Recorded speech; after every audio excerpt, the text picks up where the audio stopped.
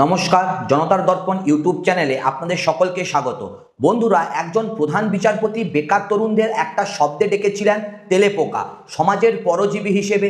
আর সেই অপমান থেকে জন্ম নেওয়া একদল তরুণ মাত্র 2 মাসের মধ্যে যেটা করে দেখালো তা গত এক দশকে ভারতের কোনো বিরোধী দলই করতে পারেনি।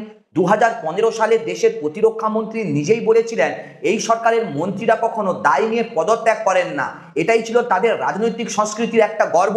কিন্তু 2026 সালের 25শে জুলাই সেই কখনো না নিয়মটাই যেন ভেঙে পড়ল। শিক্ষামন্ত্রী ধর্মেন্দ্র প্রধান পদত্যাগ করতে বাধ্য হলেন কার চাপে? কোনো বিরোধী দলের নয় কিন্তু বন্ধুরা, একদল তরুণের, যারা নিজেদের নামটাই রেখেছিল সেই অপমানসূচক শব্দটা দিয়ে ককরোচ জনতা পার্টি। কিন্তু বন্ধুরা, যদি আপনি ভাবেন যে গল্পটা এখানেই শেষ, তাহলে কিন্তু আপনি ভুল ভাবছেন। কারণ যে প্রতিশ্রুতির ভিত্তিতে এই আন্দোলনটা থেমেছিল সেই প্রতিশ্রুতি এখন ভেঙে পড়ার মুখে। আর দিল্লির অল ইন্ডিয়া ক্ষমতার সবচেয়ে উঁচু কক্ষে প্রধানমন্ত্রী নরেন্দ্র মোদী, স্বরাষ্ট্রমন্ত্রী অমিত শাহ আর জাতীয় নিরাপত্তা উপদেষ্টা এখন একটা প্রশ্নেরই উত্তর খুঁজছেন, এই আরশোলারা কি তাহলে আবার রাস্তায় নামবে? আর যদি নামে তাহলে তার কি সামলানো সম্ভব হবে? বন্ধুরা, আজকের ভিডিওতে আমরা পুরো গল্পটা খুলে বলবো কিভাবে একটা অপমান থেকে একটা আন্দোলনের জন্ম হলো, কিভাবে একটা মন্ত্রীর পদত্যাগ আদায় হলো, আর কেন সেই জয়ের কয়েক সপ্তাহ পরেও দিল্লির যুদ্ধের দামামা আবার বাজতে শুরু করেছে। ভিডিওটা শেষ পর্যন্ত দেখুন, কারণ শেষ অংশে আমি বলবো আগামী দিনে কি হতে পারে আর ভারতের রাজনীতির ভবিষ্যৎ কি সত্যি তরুণ প্রজন্মের হাতে চলে যাচ্ছে। বন্ধুরা, ধর্মেন্দ্র প্রধানের পদত্যাগ কার্যকর হয়েছে এটা একেবারে সত্যি। ক্ষতিপূরণের প্রতিশ্রুতিও মৌখিকভাবে দেওয়া হয়েছে, কিন্তু তৃতীয় দাবি এফআইআর প্রত্যাহার এখানেই লুকিয়ে রয়েছে পরবর্তী সংঘাতের বীজ। সাংবাদিক সম্মেলনে জেপি নাড্ডা মুখে বলেছিলেন যে আন্দোলনকারীদের বিরুদ্ধে দায়ের হওয়া সমস্ত মামলাগুলো প্রত্যাহারের বিষয়ে একটা লিখিত প্রতিশ্রুতি মঙ্গলবারের মধ্যে সিজেপিকে দেওয়া হবে। কিন্তু সেই নির্দিষ্ট সময়সীমা পার হয়ে যাওয়ার পরও কোনো লিখিত নথি কিন্তু এসে পৌঁছয়নি। সিজেপি মুখপাত্র আশুতোষ রনকা প্রকাশ্যে জানিয়েই দেন আন্দোলন প্রত্যাহারের দিন থেকে তারা এফআইআর প্রত্যাহারের জন্য সরকারের ওপরে চাপ দিয়ে আসছেন, কিন্তু প্রতিশ্রুত লিখিত নথি এখনো হাতে আসছে না। যদি দ্রুত এই প্রতিশ্রুতি বাস্তবায়িত না হয় তাহলে তারা পুনরায় আন্দোলনে নামতে বাধ্য হবেন। এই পর্যায়ে বন্ধুরা একটা গুরুত্বপূর্ণ পরিবর্তন ঘটে। সিজেপি এখন আর শুধু নিজেরাই লড়ছে না, রাজ্যসভার সাংসদ ও প্রবীণ আইনজীবী কপিল সিব্বাল সিজেপির মুখপাত্র সৌরভ দাস ও আশুতোষ রনকার সাথে একই মঞ্চে সাংবাদিক সম্মেলনে যোগ দেন। এর মানে বিরোধী দলের সিনিয়র নেতৃত্ব এখন প্রকাশ্যে আন্দোলনের আইনি দিকটায় সমর্থন জানাচ্ছে। একই সাথে সিজেপি চালু করে সাক্ষী নামের একটা ডিজিটাল পোর্টাল, যার লক্ষ্য 20 জুলাইয়ের সংঘর্ষে পুলিশি বল প্রয়োগের প্রমাণ সংগ্রহ ও নথিভুক্ত করা। এখানেই স্পষ্ট হয়ে ওঠে দ্বন্দ্বের আসল চরিত্র। তরুণরা যা চায় তা শুধু প্রতীকী বিজয় নয় বন্ধুরা, তারা চায় প্রতিটি মামলা প্রত্যাহার, গ্রেপ্তার বন্ধ, থানা পুলিশের হয়রানি বন্ধ। কিন্তু বন্ধুরা, অবাক করার বিষয় হলো বাস্তবে যা ঘটছে তা এই প্রতিশ্রুতির সাথে একেবারেই সামঞ্জস্যপূর্ণ নয় বলে অভিযোগ আন্দোলনকারীদের। মুখে মামলা তুলে নেব বলা আর বাস্তবে থানায় থানায় সেই একই এফআইআরে সক্রিয় রেখে দেওয়া, এই ফারাকটাই এবার আন্দোলনের আগুন জ্বালিয়ে দিচ্ছে।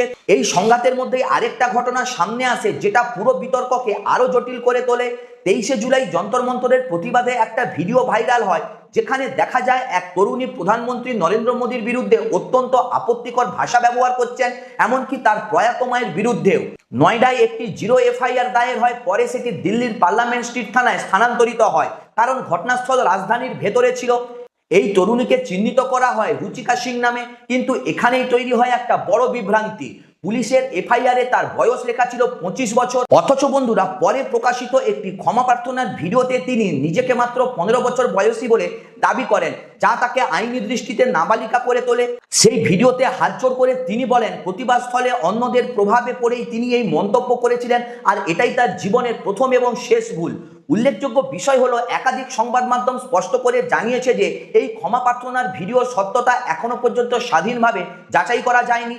প্রধানমন্ত্রী নরেন্দ্র মোদী নিজে একটি ভিডিও বার্তায় বলেন তাকে ও তার প্রয়াত মাকে নিয়ে ব্যবহৃত অপমানজনক ভাষা তাকে গভীরভাবে আঘাত করেছে, কিন্তু অল্প বয়সে ভুল হয়ে যায় বলে তিনি এই তরুণদের ক্ষমা করে দিতে চান। কঠোর শাস্তির পথে না গিয়ে তাদের বোঝানো ও গাইড করার আহ্বান জানান তিনি।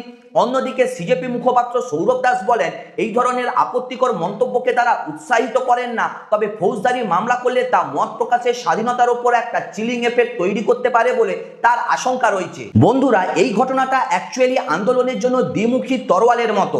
একদিকে সরকার এটা সমর্থকদের হাতে অস্ত্র তুলে দেয়, দেখুন এরাই সেই তরুণ যারা রাষ্ট্রনায়কের প্রয়াত মাকে নিয়েও অপমান করে। অন্যদিকে আন্দোলনকারীরা এটাকে দেখছেন আরেকটা প্রমাণ হিসেবে কিভাবে একটা নাবালিকা সংক্রান্ত বিতর্কিত মামলাকে ব্যবহার করে গোটা আন্দোলনের নৈতিক ভিত্তিকে প্রশ্নবিদ্ধ করার চেষ্টা চলছে।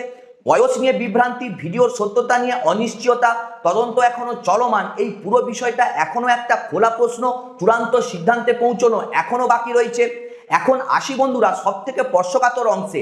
আন্দোলনকারী নেতৃত্ব ও একাধিক পর্যবেক্ষকের অভিযোগ, সরকার সোশ্যাল মিডিয়ায় নমনীয় ও সহানুভূতিশীল ভাবমূর্তি দেখালেও মাটি স্তরে বাস্তবে সম্পূর্ণ ভিন্ন একটা কৌশল প্রয়োগ করা হচ্ছে। মনে রাখা দরকার, এই অংশটা মূলত আন্দোলনকারীর পক্ষ ও সমালোচকদের অভিযোগের ভিত্তিতেই তৈরি। সরকারিভাবে এইসব কৌশল কখনো স্বীকার করা হয়নি। প্রথম অভিযোগ, আইনি চাপ এবং ভয় প্রদর্শন। অভিযোগ অনুযায়ী পুরনো এফআইআর এর সূত্র ধরে ছাত্রছাত্রীদের বাড়িতে পুলিশ পাঠানো হচ্ছে, থানায় ডেকে জিজ্ঞাসাবাদ করা হচ্ছে এবং পরোক্ষভাবে ভয় দেখানো হচ্ছে। রুচিকা সিং মামলাটিও এই প্রসঙ্গে ব্যাখ্যা করেন অনেক আন্দোলন সমর্থক। তাদের যুক্তি, একজন কিশোরীর বিরুদ্ধে এত দ্রুত ফৌজদারি ধারায় মামলা আর প্রকাশ্য ক্ষমা প্রার্থনার ভিডিও ছড়িয়ে পড়া, এটা কাকতালীয় নাও হতে পারে। দ্বিতীয় অভিযোগ, চরিত্র হনন এবং মিডিয়া ট্রায়াল। আন্দোলনকারীদের একাংশের অভিযোগ, ক্ষমতাসীন দলের ডিজিটাল প্রচার শাখা এবং সহানুভূতিশীল সংবাদ মাধ্যমের একাংশ মিলেই আন্দোলনকারীদের বিদেশি মদতপুষ্ট, দেশবিরোধী এবং অর্থের বিনিময়ে আন্দোলনরত হিসেবে তুলে ধরার আপ্রাণ চেষ্টা করছে। বন্ধুরা, ভারতীয় রাজনীতিতে এই ধরনের ন্যারেটিভ যুদ্ধ নতুন কিছুই নয়। অতীতে একাধিক ছাত্র আন্দোলন বা কৃষক আন্দোলনের সময় একই ধরনের অভিযোগ উঠেছিল। তবে এবারও সরকারের পক্ষ থেকে আনুষ্ঠানিকভাবে এই ধরনের কোনো প্রচারাভিযানের কথা কিন্তু স্বীকার করা হয়নি। তৃতীয় অভিযোগ, গোয়েন্দা নজরদারি। আন্দোলনের ভৌগোলিক বিস্তার দিল্লি ছাড়িয়ে বিহার, পাটনা, মহারাষ্ট্র পর্যন্ত সরকারের জন্য একটা বড় দুশ্চিন্তার কারণ বলে অনেকেই মনে করেন। তাদের ধারণা, বিভিন্ন রাজ্যে স্থানীয় সংগঠকদের উপর কড়া নজরদারি রাখা হচ্ছে, যাতে তারা সংগঠিত হওয়ার আগেই তাদের কার্যক্রমকে আটকে দেওয়া যায়।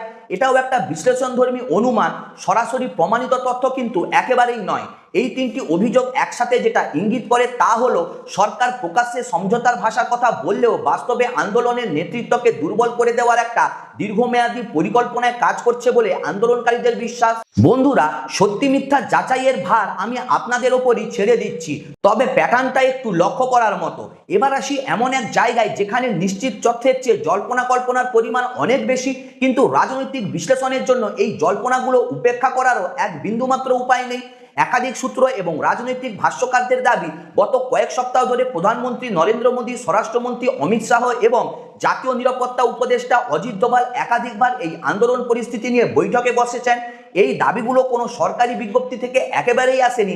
এগুলো মূলত রাজনৈতিক পর্যবেক্ষক এবং সাংবাদিকদের অনুমান নির্ভর বিশ্লেষণ, যা এই ধরনের সংকটকালে স্বাভাবিকভাবেই দিল্লির রাজনৈতিক মহলে ছড়িয়ে পড়ে। বন্ধুরা, যুক্তিটা অনেকটা এরকম, 2024 সালের নির্বাচনে কমে যাওয়া সংখ্যাগরিষ্ঠতা নিয়ে ক্ষমতায় ফেরা একটা সরকারের জন্য তরুণ ভোট ব্যাংককে এই ধরনের বিদ্রোহ নিছক একটা ছাত্র আন্দোলন নয়, এটা একটা রাজনৈতিক সংকেত। ভারতে 15 থেকে 19 বছর বয়সীদের সংখ্যা 36 কোটিরও বেশি। এই জনগোষ্ঠীর একটা অংশ যদি সংগঠিত হয়ে রাস্তায় নামে আর সেই সংগঠন যদি ধীরে ধীরে একটা রাজনৈতিক পরিচয় নিতে শুরু করে, তাহলে তা আগামী নির্বাচনী সমীকরণে বড় প্রভাব ফেলতে পারে। ঠিক এই আশঙ্কা থেকেই বিশ্লেষকরা মনে করছেন, সরকার এই আন্দোলনকে যে কোনো মূল্যে দ্বিতীয় দফায় বড় হতে দিতেই চায় না। তবে বন্ধুরা, এখানে একটা গুরুত্বপূর্ণ কথা স্পষ্ট করে বলা দরকার, এই গোপন বৈঠক বা কৌশল বৈঠক এর নির্দিষ্ট বিবরণ কোনো যাচাইযোগ্য সূত্র থেকে নিশ্চিত হওয়া যায়নি। এটা মূলত রাজনৈতিক বিশ্লেষকদের অংশ, প্রমাণিত ঘটনা নয়। আমরা এই আকারে আপনাদের সামনে তুলে ধরছি যাতে আপনারা নিজেরাই বিচার করতে পারেন। বন্ধুরা, সিজেপি সাফল্য যত বড় হোকই না কেন, এর নিজস্ব সীমাবদ্ধতা নিয়েও প্রশ্ন তোলার জায়গা কিন্তু কম নেই। দেখতে একটা রাজনৈতিক দলের মতো মনে হলেও বাস্তবে এটা কোনো ক্যাডার ভিত্তিক সংগঠিত কাঠামো নয়। নির্বাচন কমিশনে এটা নিবন্ধিতও নয়। সংগঠনের প্রায় প্রতিটা সিদ্ধান্তই ঘুরপাক খায় প্রতিষ্ঠাতা অভিজিৎ দীপকে কেন্দ্র করে। অভিজিৎ দীপকে এর আগে আম আদমি পার্টির সাথে রাজনৈতিক যোগাযোগ বিষয়ক কৌশলবিদ হিসেবে কাজ করেছেন। এই অভিজ্ঞতাই তাকে দ্রুত একটা ডিজিটাল আন্দোলনকে রাস্তার আন্দোলনে রূপান্তরিত করতে সাহায্য করেছে বলে অনেকেই মনে করেন। কিন্তু এটাও ঠিক যে গোটা সংগঠনটা কার্যত ওয়ান ম্যান শোর মতো চলছে। আশুতোষ রণকা আর সৌরভ দাস মুখপাত্র হিসেবে সামনে থাকলেও চূড়ান্ত সিদ্ধান্ত এখনো কেন্দ্রীভূত নেতৃত্বের হাতে। আরও গুরুত্বপূর্ণ বিষয় হলো, সিজেপির কোনো সুনির্দিষ্ট রাজনৈতিক আদর্শ বা মতাদর্শ নেই। এর পরিচয়ই বলছে এটা মূলত রাজনৈতিক ব্যঙ্গ ভিত্তিক একটা আন্দোলন। শিক্ষা ব্যবস্থা, দুর্নীতি ও বেকারত্ব নিয়ে তারা যথেষ্ট স্পষ্টভাষী, কিন্তু অর্থনীতি, কর্মসংস্থান নীতি, বৈদেশিক সম্পর্ক বা অন্যান্য মৌলিক জাতীয় ইস্যুতে তাদের কোনো লিখিত অবস্থান বা কোনো রকমের ম্যানিফেস্টো এখনো প্রকাশিত হয়নি। এই আদর্শগত শূন্যতাই দীর্ঘমেয়াদে তাদের সবচেয়ে বড় দুর্বলতা হয়ে দাঁড়াতে পারে। কারণ একটা রাজনৈতিক শক্তি হিসেবে টিকে থাকতে হলে শুধু ক্ষোভই যথেষ্ট নয়, একটা স্পষ্ট নির্দেশনাও দরকার। মূলধারার বিরোধী দলগুলোর সাথে সম্পর্ক যথেষ্ট জটিল। কংগ্রেস নেতৃত্ব বিশেষ করে রাহুল গান্ধী সরাসরি সিজেপির মঞ্চে হাজির না হয়ে দলের মুখপাত্র পবন খেরাকে প্রতিনিধি হিসেবে পাঠিয়েছিলেন। এর পেছনে অনেকে দেখছেন একটা সতর্ক রাজনৈতিক হিসেব নিকেশ। আম আদমি পার্টির সাথে অভিজিৎ দীপকের অতীত সম্পর্ক আর সেই সংযোগ নিয়ে কংগ্রেসের সংশয়। একদিকে কংগ্রেস এই আন্দোলনের রাজনৈতিক সুফল হারাতে চায় না, অন্যদিকে সরাসরি জড়িয়ে পড়ে এটাকে একটা নির্দিষ্ট দলের আন্দোলন বলে দাগিয়ে দেওয়ার ঝুঁকিও তারা একেবারে নিতে চায় না। মোদী সরকার যদি সত্যি লিখিত প্রতিশ্রুতি না রাখে, তাহলে সিজেপির সামনে মূলত তিনটি সম্ভাব্য পথ খোলা থাকে বলে রাজনীতিতে মনে করা হচ্ছে। প্রথম পদ আরো বড় গণ আন্দোলন, 20 জুলাইয়ের চেয়েও বহুগুণ বড় জমায়েত দিল্লিতে সংগঠিত করা, যাতে প্রমাণ হয় প্রথম আন্দোলনটা কোনো আকস্মিক বা এককালীন ঘটনা ছিল না, বরং এটা একটা স্থায়ী রাজনৈতিক শক্তিরই ভিত্তি। এই পথের ঝুঁকি বড় পুলিশি দমন নীতি আরো কঠোর হতে পারে।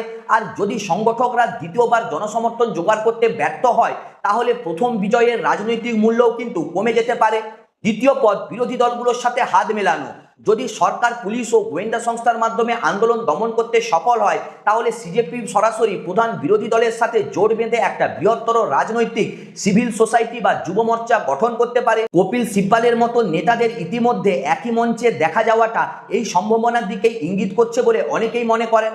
তৃতীয় পদ একটা প্রেসার গ্রুপ হিসেবে টিকে থাকা, কোনো নির্দিষ্ট দলের সাথে দীর্ঘমেয়াদী রাজনৈতিক জোট না করে ইস্যুভিত্তিক অবস্থান নেওয়া, যে দলই ক্ষমতায় থাকুক শিক্ষা ও কর্মসংস্থান সংক্রান্ত ইস্যুতে জবাবদিহিতা দাবি করা।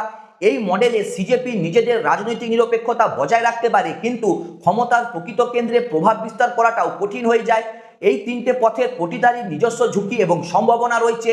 আর ঠিক এই অনিশ্চয়তার জায়গাটাই এই মুহূর্তে ভারতীয় রাজনীতির সবচেয়ে আলোচিত প্রশ্ন হয়ে দাঁড়িয়েছে। বন্ধুরা, এখানে একটা প্রশ্ন স্বাভাবিকভাবেই আসে, একটা অনিবন্ধিত আদর্শহীন মূলত একজন ব্যক্তির চারপাশে ঘেরা আন্দোলন কি সত্যি মোদী শাহ সরকারের জন্য এতটা বড় হুমকি হতে পারে?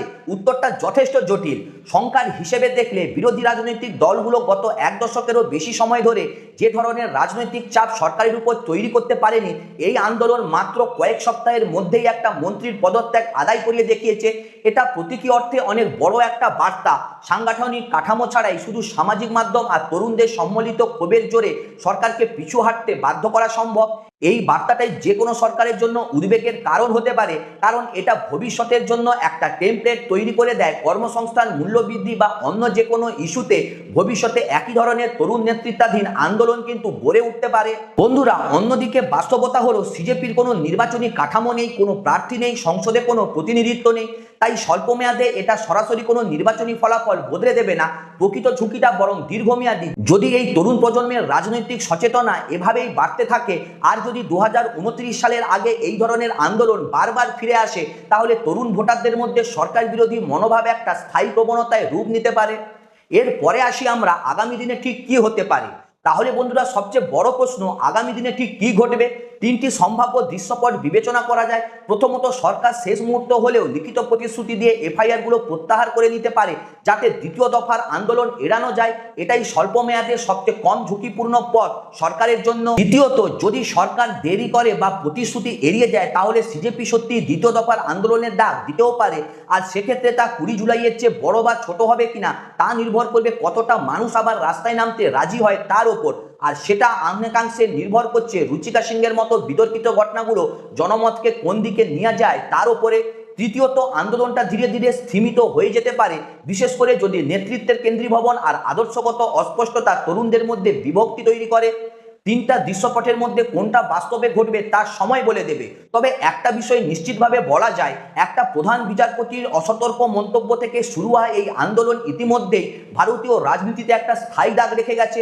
একটা মন্ত্রীর পদত্যাগ, একটা নতুন রাজনৈতিক শব্দভাণ্ডার আর তরুণ প্রজন্মের রাজনৈতিক সংগঠিত হওয়ার একটা নতুন মডেল, এই তিনটাই এই আন্দোলনের স্থায়ী উত্তরাধিকার হয়ে থাকবে ভবিষ্যতে যাই ঘটুক না কেন। এটাও বলাটা খুবই জরুরি, সরকারের অবস্থান থেকে দেখলে এই পুরো পরিস্থিতিটাকে ভিন্নভাবে ব্যাখ্যা করার সুযোগও থাকে। সরকারপন্থীদের যুক্তি আইন শৃঙ্খলা রক্ষা আর জাতীয় নেতৃত্বের সম্মান রক্ষা করাও রাষ্ট্রের দায়িত্ব। আর প্রধানমন্ত্রী নিজের যেভাবে তরুণদের ক্ষমা করে দেওয়ার আহ্বান জানিয়েছেন, তাতে অনেকে সদিচ্ছার প্রতি রাজনীতিক হিসেবেও দেখছেন, রাজনৈতিক বিশ্লেষণে এই দুই দিকই বিবেচনায় রাখাটা যথেষ্ট জরুরি। বন্ধুরা, এই গল্পটা আসলে একটা শুধু মন্ত্রীর পদত্যাগের গল্প নয়, এটা একটা প্রজন্মের গল্প যাদের একবার তেলেপোকা বলে অপমান করা হয়েছিল আর তারা সেই অপমানকে নিজেদের শক্তিতে রূপান্তরিত করেছে। বন্ধুরা, গত 12 বছরে সংগঠিত বিরোধী রাজনীতি যা করতে পারেনি, এই তরুণরা কয়েক সপ্তাহে তার একটা ঝটকা দেখিয়েছে। কিন্তু প্রশ্ন এখনো খোলা, এই শক্তি কি স্থায়ী রাজনৈতিক পরিবর্তনের দিকে যাবে নাকি সময়ের সাথে সাথে হারিয়ে যাবে অন্য অনেক আন্দোলনের মতোই? এই প্রশ্নের উত্তর আমরা একসাথে খুঁজবো আগামী দিনের ভিডিওগুলিতে। আপনার কি মনে হয়, দিল্লি কি সত্যি আরেকটা বড় আন্দোলনের সাক্ষী হতে যাচ্ছে? নিচে কমেন্ট সেকশনে অবশ্যই জানান। ভিডিওটা ভালো লাগলে লাইক, কমেন্ট এবং শেয়ার করুন এবং চ্যানেলটিকে সাবস্ক্রাইব করে পাশে থাকুন। সুস্থ থাকবেন, ভালো থাকবেন, দেখা হচ্ছে পরের ভিডিওতে। নমস্কার।